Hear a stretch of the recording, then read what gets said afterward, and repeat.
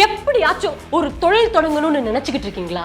உங்களுக்கு உதவ நாங்க இருக்கோம். ஃப்ரீடம் ஆப்பை இப்பவே டவுன்லோட் பண்ணுங்க.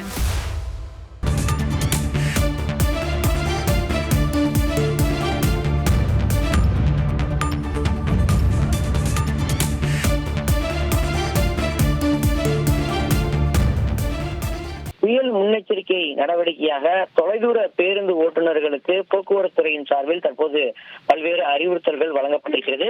அதன்படி வங்கக்கடலில் உருவாகி இருக்கக்கூடிய ஆழ்ந்த காற்றழுத்த தாழ்வு மண்டலம் புயலாக வலுப்பெறக்கூடும் என வானிலை ஆய்வு மையம் எச்சரித்திருக்கக்கூடிய நிலையில் எஸ்இடிசி உள்ளிட்ட தொலைதூர பேருந்துகளுக்கு பல்வேறு வழிகாட்டுதல்கள் வழங்கப்பட்டிருக்கிறது.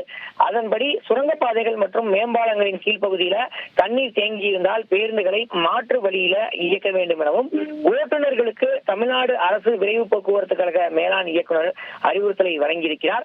சென்னையிலிருந்து தென் மாவட்டங்கள் செல்லக்கூடிய தொலைதூர பேருந்துகள் காட்டாற்று ஓர சாலையில் இயக்கும் போது கவனத்துடன் இயக்க வேண்டும் எனவும், தண்ணீர் குறைவாக இருப்பதாக கூறி பயணிகள் பேருந்தை இயக்க சொன்னாலும் மாற்று வழிகளிலேயே பேருந்துகளை இயக்க வேண்டும் எனவும், பணிமனைகளில் மழைநீர் தேங்காத வகையில் வடிகால்கள் சரிவர இருக்கின்றனவா என்பதை சரிபார்க்க வேண்டும்.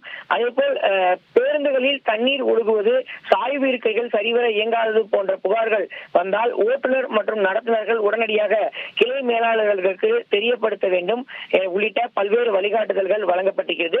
இன்று காணொலி காட்சி வாயிலாக நடைபெற்ற கூட்டத்தில் அனைத்து கிளை மேலாளர்களுக்கும் இந்த வழிகாட்டுதலும் அறிவுறுத்தலும் வழங்கப்பட்டிருப்பதாக தகவல் என்பது வெளியிடப்பட்டிருக்கிறது.